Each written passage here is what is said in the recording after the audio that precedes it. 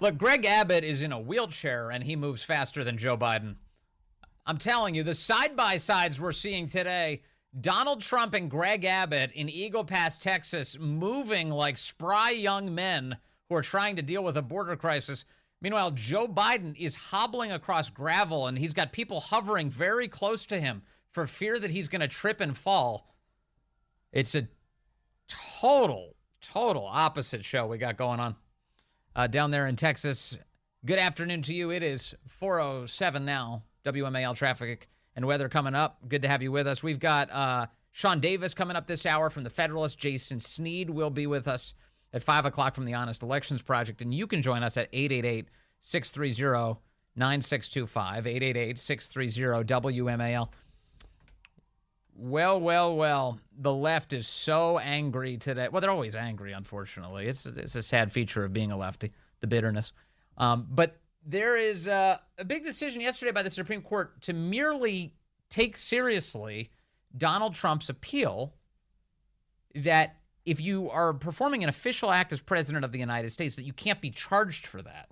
You can't be criminally charged for conducting your duties as president.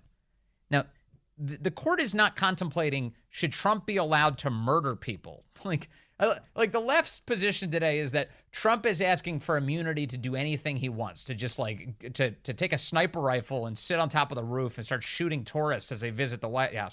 That's not what he's talking about.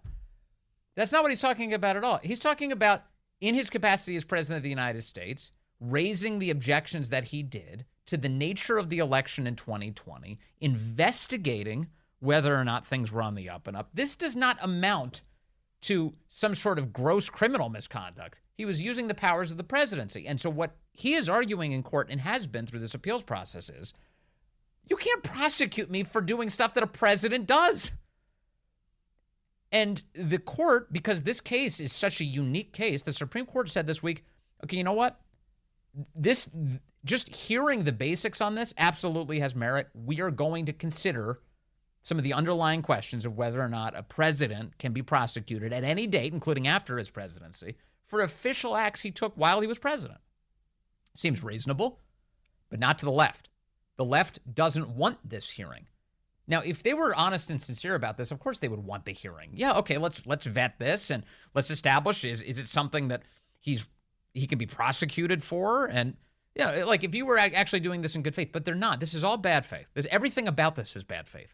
It is election meddling using our justice system. The Biden administration has now arrested Joe Biden's top political opponent multiple times. Multiple times they've arrested Donald Trump. They have charged him over 90 times, over 90 charges, and they want to put him in prison for the rest of his life, and they would like to do it quickly before the 2024 election so as to meddle with that election. Why do you think all of the charges were brought in the last year and not, say, 2021? Why do you think? Well, the answer to that is crystal clear. They wanted to use them to meddle in the election. And so far, so bad. It hasn't worked that well for them. In fact, it's solidified support for Trump among the right. And Joe Biden is such a terrible president that he's still lagging behind Trump in all of the available polling. And so at the moment, we keep seeing these reports that Biden is begging, please, please, please, Justice Department, get him locked up before the election. Why isn't Merrick Garland going faster? He's angry about this because he knows he can't win on his own. He knows he can't win on the merits. He knows he needs the election to be rigged for him to win. That's the game plan. And so yesterday, the Supreme Court said, okay, we're going to hear this. We're going to listen to this and establish whether or not Donald Trump or any president is entitled to any degree of immunity related to his official acts as president. That's key, his official acts. Now, the breakdown on this is interesting. First and foremost, I want to play the legal assessment from Jonathan Turley. Here's what he says about this. The real victory here for Trump, it deals with the calendar. You know, the overriding push of Smith, the special counsel, has been to get a trial before the election. He's running out of runway. If this opinion doesn't... And the reason for that is because he wants to meddle with the election. If this was a matter of simply establishing whether or not the man broke a law and holding him accountable, then it wouldn't matter what side of an election it was on. But Smith, working on behalf of Joe Biden, is is sprinting towards getting this done before the election for that very reason, to rig the whole thing. Doesn't come out until June, perhaps.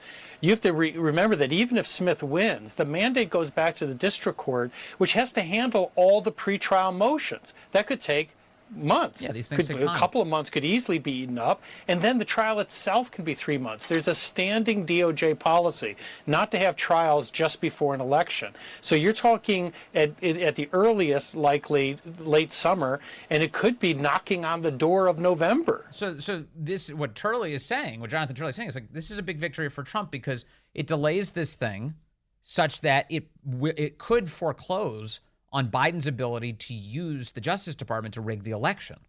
That's a big win for Trump. And by the way, for the American people, because the Justice Department shouldn't be rigging our elections. The left is furious. Furious.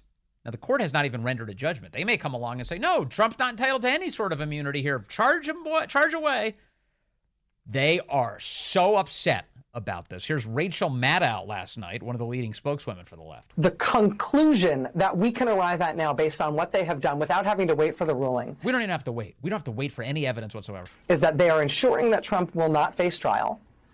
And when they inevitably rule that presidents aren't immune from prosecution after they leave office, what that will tell Donald Trump. By the way, don't you love that the conceit that's built into this is that Joe Biden will lose the election? You understand what she's saying? Trump will never be prosecuted, she says flatly. If this happens, if it gets past the election, Trump will never be prosecuted. Well, why would you conclude that? I assume she's concluding that because Trump wins and therefore the prosecution goes away at the federal level. But she did not build into her calculus, Joe Biden wins re-election. And well, then after that can finally lock him up. No. She's pretty convinced Biden's not winning this thing. That presidents aren't immune from prosecution after they leave office. What that will tell Donald Trump, if by then he is president, is that he can never leave the office of the presidency. Right. And if he is voted out in 2028, he cannot leave office, and he is willing to he is welcome. Did she say if he is voted out in 2028? Is that what she just said? Is she the smartest person at MSNBC? Everyone knows that Trump is not going to be on the ballot in 2028. Should he lose? Should he win this cycle? That he's not. He can't be on the ballot. He can't run for president again. What is she talking about? So he'll be president for life if the court rules that presidents, while conducting official acts, have immunity. What is she saying? The office of the presidency. Right. And if he is voted out in 2028, he cannot leave office, and he is willing to he is welcome to commit any crimes he wants to, as long as he is still president, in order to ignore the result of that election and stay in power for life, because otherwise he is going to go to prison when he gets out. If you're ever wondering, why is the left so crazy? Like, what made them so nuts and so detached from reality?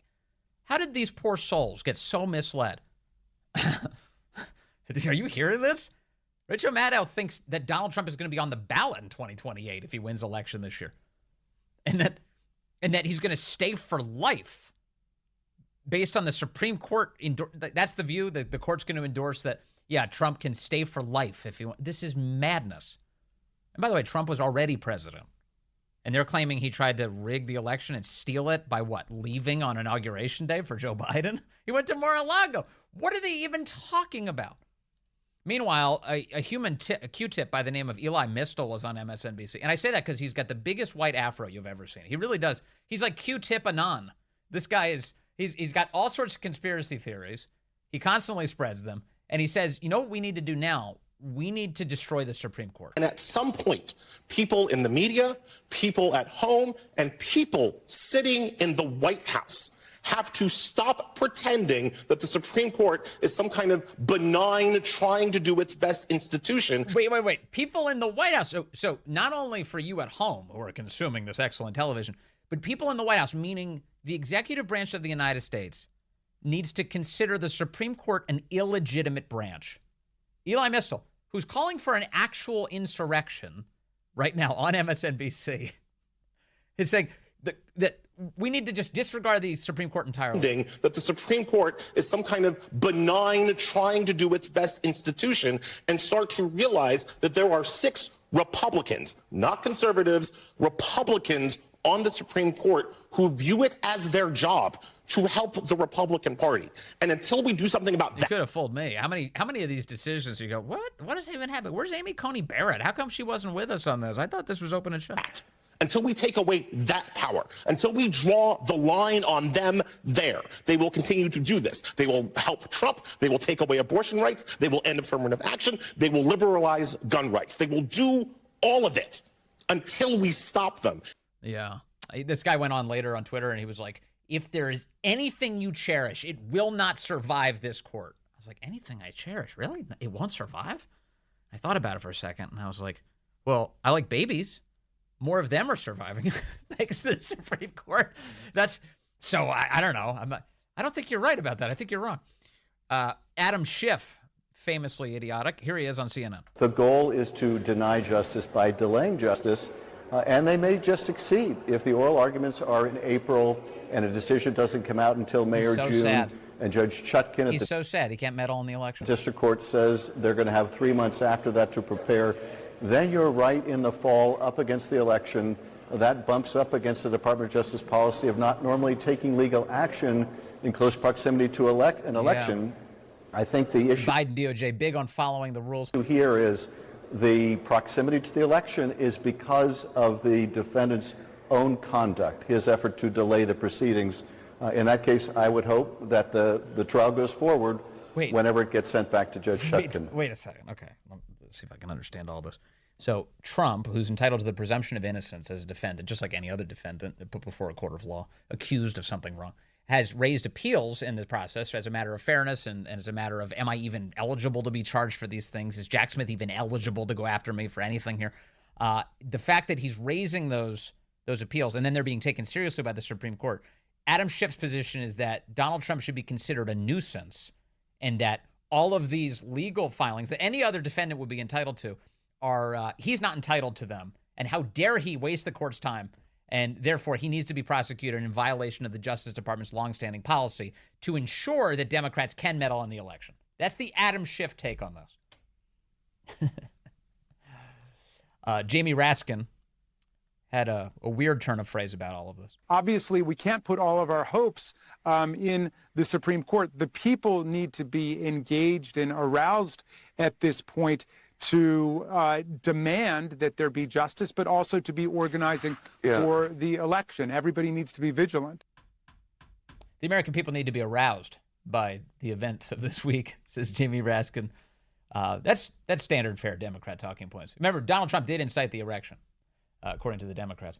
Whoopi Goldberg was in the same place she always is, the leftmost seat of The View with weird sneakers on. And she said today that, you know what this could lead to? Well, if presidents are immune to criminal prosecution, we can finally start locking up Republicans right now. Well, the Supreme Court won't hear oral arguments until the end of April. Now, let's look at a scenario where the Supreme Court says, yes, he has all those rights. He is immune from everything. Yeah. You know what Joe Biden could do since he is presently president? What? Whoa. He could throw every Republican in jail. Yeah. I mean, he could. I mean, no. This is not a good thing. Anyway, do you hear what's happening? So the audience at The View is like, yes. They all start clapping. The whole room begins. You can hear a smattering of applause. Apparently, there's a couple of people in the room who have brain cells to rub together who are like, wait a second. Am I for this? Am I for arresting my political opponent? But some of the clapping seals instantly are like, yes, arrest the Republicans. And Whoopi, of all people, instantly turns around and says, well, wait a second. We're not for that. Are we? Are we for that? Yeah. I mean, he could. I mean, no. This is not a good thing. He could go. What this means is he could do anything. Yeah. He could dismiss everybody's debt. Yeah. You know, there's a whole bunch of great stuff that could happen, but let's really look at what this means. Yeah. Could you imagine I mean, remember we were talking earlier this week about My Cousin Vinny, and just like the idea that you get some relative who's not actually a lawyer but pretends to be one. Can you imagine if the women from The View represented you in a court of law, what your fate would be? You'd be in jail for the rest of your life for that parking ticket. There's no chance you'd survive it. She's like, think about what this means, she says, before the world's dumbest legal analysis comes out of Whoopi Goldberg's mouth. And she was so excited. She's like, we could arrest every Republican. The second they sense that there's an opportunity to use power, how do they use it? To crush their political opponents. Well, we've arrested thousands of them already. Why not all of them? Why not every last one? I mean, Biden could do it. A couple people start applauding. All right, let's go to the phones. Let's get Richard in Manassas in here, line 3. Richard, good afternoon. You're on the Vince Coglianese Show. Hello, sir. Afternoon. Thanks for taking my call. I'm just so sick to death of these leftist, liberal Democrats. Can we not admit, and just, they are the despots. They are the dictators in waiting. To paraphrase Joe Biden, they want to put us all in chains. Mm-hmm. They have no respect for the rule of law, no respect for the Constitution, no respect for separation of powers.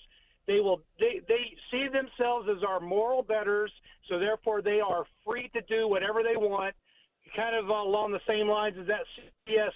Lewis quote that says that your moral betters can torture you to death because it's for your own good. That's exactly right. That's exactly right. And all of it's amazing. It's just like you look, there's no underlying principle. The only principle is power. I saw today there was a survey going around, Richard, that, the only among married men and single men and married women and single women, there's only one category in that demo that supports Democrats by a majority, and it's single women, the only category. And I saw Jesse Kelly point out this is why Democrats want to make sure that women stay single. This is one of their plans. As long as you stay single, you're voting for Democrats. That's the plan. Other than that, you're voting for Republicans, and that's very dangerous to power for Democrats. Which led me to another conclusion. I'm sitting there going, well, wait a second. They're all for gay marriage. That's the kind of marriage the Democrats love.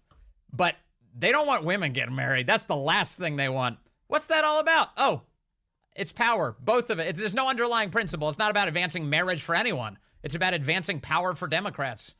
Coming up, Sean Davis talks to us about Mitch McConnell's retirement sometime in the distant future and what it means for the rest of us. Joe Biden, I guess, just wrapped up his visit to Brownsville, Texas or something, or at least some component of it. And there's a video going around social media now. They brought, I guess they must have to travel with a Jumbotron to use as a teleprompter for him when he's on the road so he can read his script. It's a huge television, the kind you would watch the Super Bowl on in your preferred arrangement. And on the script, it says, good afternoon, before we start, and then it continues. What do you mean before you? How are the words before we start written into the official script? Technically, you've started if you're reading the script. Anyway, that's the current president of the United States. Good to have you with us today. Coming up on the program, Jason Sneed with the Honest Elections Project is going to talk to us about how Kamala Harris has a big plan she announced this week of paying people to get Democrats to register to vote using American taxpayer dollars. Oh, joy. Another election meddling scheme coming from the Bidens and the Democrats. We'll discuss that. And you can join us at 888-630-9625, 888-630-WMAL. Mitch McConnell announced yesterday that he is giving his 8 months notice as the Republican leader in the Senate. The timing, well, it's very interesting that he announced right now of all times. And for more on why it is Mitch McConnell made that decision, I want to bring in Sean Davis, the excellent co-founder of the Federalist, who joins us on the phone. Sean, good to have you with us. Thank you, sir. Good to be with you. Thank you for having me. So my understanding is Mitch McConnell's office, they knew for some time he was going to do this. This was always the plan. He's going to go. But why did he announce it right now of all times? Given that he could have chosen any day to do it. Why did he choose yesterday? Right. So from the people in the Senate I've talked to, and they're people who've worked there for a long time, What they believe happening is that there was a soft coup developing within the Republican conference due to McConnell's bumbling of the awful border amnesty bill. Right. And you had a number of senators who were getting ready to call a vote in the conference to remove him. And he was starting to get concerned that was going to get some momentum. And so this announcement was meant to preserve his power while somewhat neutering that effort. Because if he's just going to retire in 8 months or whatever, well, obviously having a vote now would be pointless. So it was, as all things that Mitch McConnell does, completely calculated to maximize his own power. For sure. And we saw in the past couple weeks, it felt unusual to me. I'd love to get your assessment, but you started to see more and more senators go on the record with their frustrations, whether it was, the Ron Johnsons or J.D. Vance or Mike Lee or Ted Cruz or Rand Paul and, of course, Rick Scott. More and more Republican senators willing to say out loud in public that they're unhappy with Mitch McConnell and his leadership. Was this an unusual amount of consternation? Oh, absolutely, because Mitch McConnell controls the conference by controlling outside money that he uses to either pour into your race and help you, or he uses it to pour into a primary opponent's race that he recruits to crush you. And so many of these senators are terrified just because of the amount of money that McConnell controls. But when the cracks really started developing were last year during yet another one of these crazy Ukraine bills where he was wanting to force through some sort of standalone Ukraine bill. And very unusually within the conference, he had people stand up publicly. I think even John Thune at one point, which is completely shocking, saying, hey, this isn't the right thing for us to be doing now. This looks crazy. So the cracks were developing months ago. And then when he completely bungled this amnesty thing for Biden, putting his own party in a terrible spot, that was kind of the, we'll mix metaphors here, the straw that broke the camel's back. Yes. People had just had enough at that point, and they moved from private grumbling to public recrimination. Well, the other piece is I worry that now that he's made this announcement, he's going to even be more distant from the concerns of Republican voters. Like, he's not even going to pretend to care about them. Earlier this week at the White House meeting between Hakeem Jeffries, Chuck Schumer, Mitch McConnell, and Mike Johnson, apparently Mike Johnson was the only one in the room raising that we need to secure our own border first before we do anything about Ukraine. And Chuck Schumer was bragging that Mitch McConnell was allied with the rest of them. Yeah, it's a little shocking just to see it so out front. What I found most interesting about this whole thing was the timing that he picked for his successor to be elected, which is November. And that's a really, really odd time because you would think we've got an election there. Shouldn't it be these new senators? There's going to be a whole crop of them. Shouldn't they have a say in who the new leader is? And so that would generally be a vote you would have in January when you have the new Congress constituted. And instead, McConnell arbitrarily set this date. So he gets to have all his power between now and then gets to have a hand in picking his own successor by boxing out anyone who wins that election and comes into office new. To me, it was shockingly craven, even for McConnell to do, and I'm surprised that particular date hasn't gotten more attention. Do you think that this is an effort to subvert Trump's agenda as he comes into office? Absolutely. I mean, Mitch McConnell right now is devoted to two things. He's devoted to funneling as much money to Ukraine as possible for reasons I don't understand, and defeating Trump. And by clinging to power until the election, he's able to do that. And then on top of that, he may even, if Trump wins, be able to pick a successor who can hamstring Trump long after McConnell's gone. Among the people who are jockeying to be the successor, the first up today was Senator John Cornyn of Texas. He made this announcement that he'd like to be the new leader. I also noticed that in the last 24 hours, he's been spending his time on Twitter attacking Attorney General Ken Paxton in Texas. I'm confused. He wants to be the Republican leader in the Senate, but he's attacking people who are well-liked by the base? Well, I feel like he's continuing the fine tradition in GOP leadership of hating his own voters and not doing anything to further their own priorities. So it was very on brand for him. I will say I find his leadership bid a bit odd because he is deeply unpopular among Republicans in that state.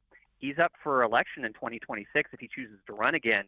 And I would think the last thing that the party would want is to elect a new leader and then immediately watch him get beaten in a primary 2 years later. So I am honestly a little bit confused by his leadership bid. Maybe he thinks it strengthens his hand in the primary, for all I know. Is there who do you think is realistic as a replacement for McConnell? Whether it comes from the McConnell camp of the Senate or from somebody who might be more aligned with Donald Trump's agenda. Who are the legitimate candidates in your view? Well, I don't think there's anyone who is viable in that they can get a majority of the votes there in that conference who is Trump sympathetic. So I think your three top candidates are the Johns: John Cornyn, John Thune, who's a taller, younger, thinner version of McConnell, and then John Barrasso. There's kind of a dark horse out there in Steve Daines, who might be viewed as the Trump candidate. But I think that particular conference, the way it's made up in the Senate, is so detached from the concerns of the voters. I think it's a long shot that you'd have anyone in that position who's even remotely sympathetic to what Trump or his voters want. Right. So I know the only senator who publicly announced a willingness to run against McConnell in the past was Rick Scott. But there's no constituency among the other Republicans in the Senate, at least the establishment ones, to support a guy like Rick. Right. And, it's interesting. The number that Mitch McConnell always cared about when he was a leader, it was not 51.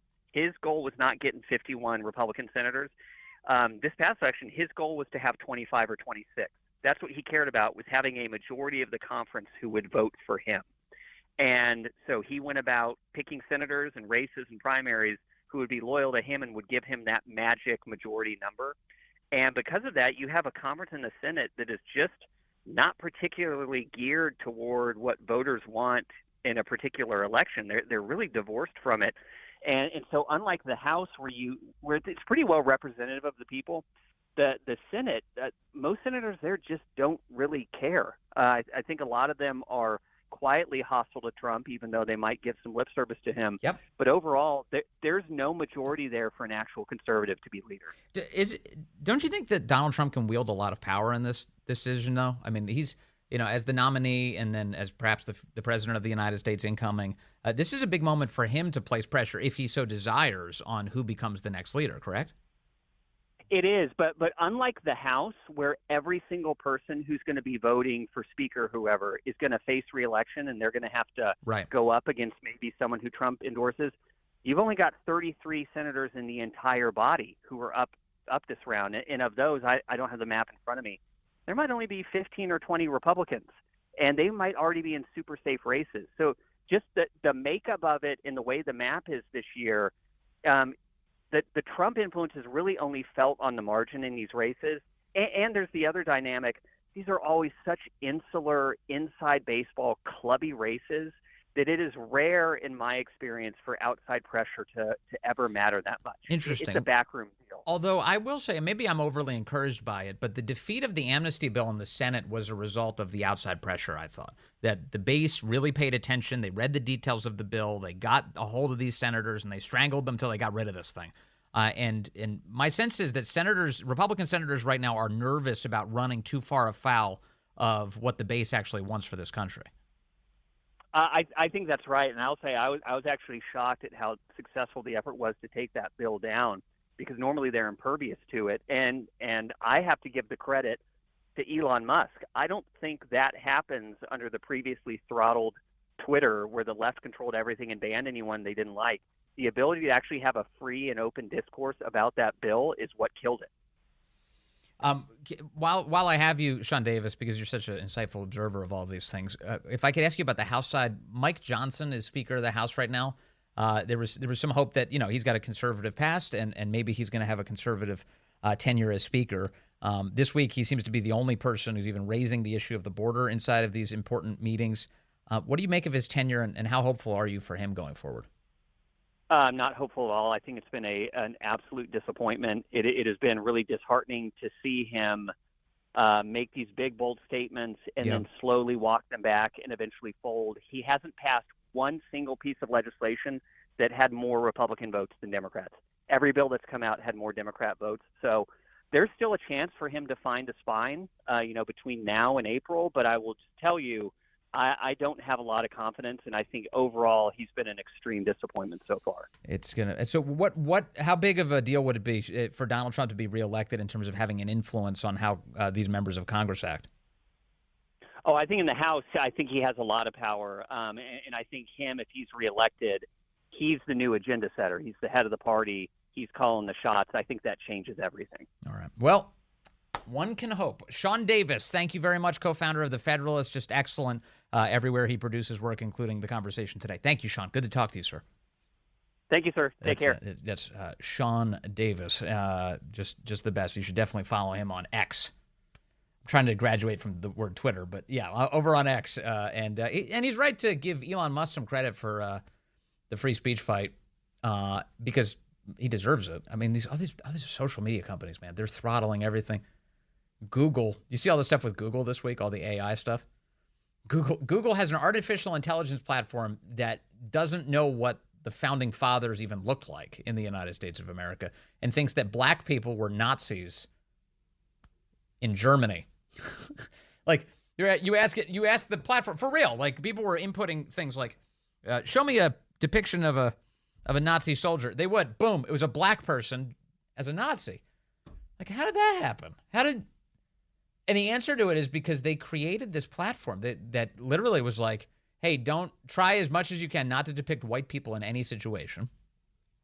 And then anything that's asked for generates somebody who's diverse in that category. So that's how you end up with black founding fathers, black Nazis. It's like totally insane. And so Google this week, they released Sundar Pichai, the head of Google, released a statement saying, oh, we're working on it. We're going to fix it. Thank you for telling us about the problems and blah, blah, blah. Fix it. You know what? It's just a visual representation of all of the other problems that exist at Google. So the image is just super easy to understand. Like you see it, you're like, well, this is obviously idiotic. Why would this doesn't represent anything? It doesn't reflect reality in any meaningful way.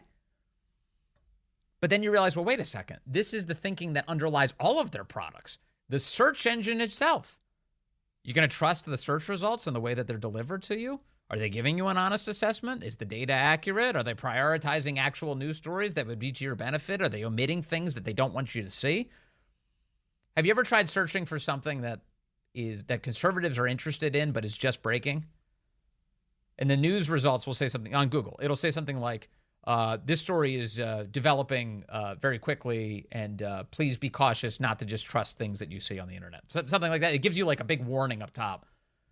Doesn't usually happen with I don't ever see that with like lefty stories. But a transgender shooter in Nashville, boom, you get a tag on top of it. It's like, what's that about? What's that about?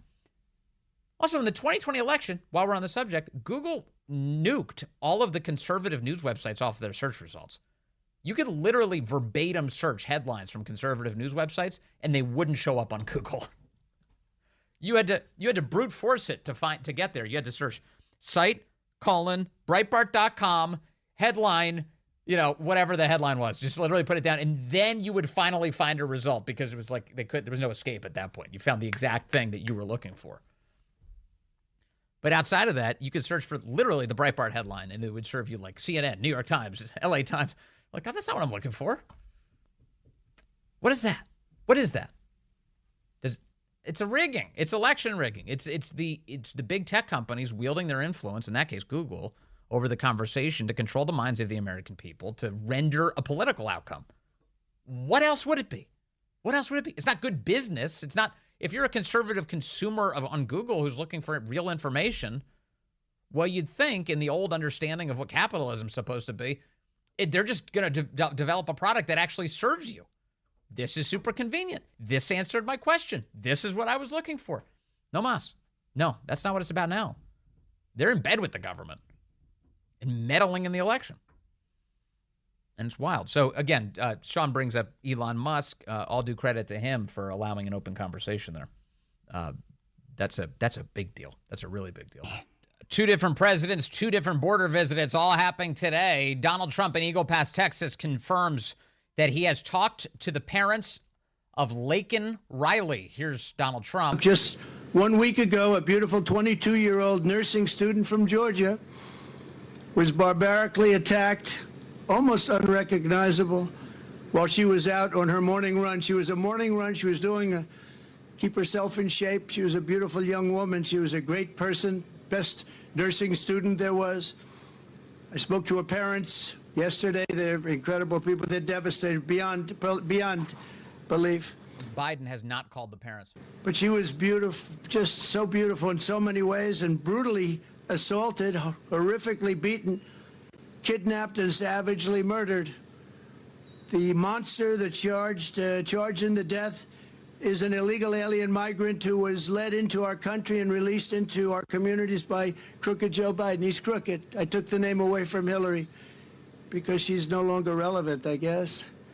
She was terrible, but what he is doing is just unbelievable. Hillary catching some strays today. Joe Biden will never say Laken Riley's name, but we will say it and we will remember it. We're not going to forget her. It's been just a horrible story that we've had to live with for the last few days. Yeah, that's Donald Trump on the death of Laken Riley. Meanwhile, Joe Biden was in Brownsville saying this. The idea there's no such thing as climate change. I love that, man. I love some of my Neanderthal friends who still think there's no climate change. That's during a border event. My Neanderthal friends don't believe we can control the weather. What a bunch of idiots. They have no idea I can control the weather. Coming up on the program, we've got Jason Sneed joining us just minutes from now. Speaking of controlling things, the Biden administration looking to control the next election. Kamala Harris announcing this week they're using your tax money in order to register Democrats to push Biden over the edge. Jason Sneed has some thoughts on that subject. He's ahead on the Vince Coglianese Show.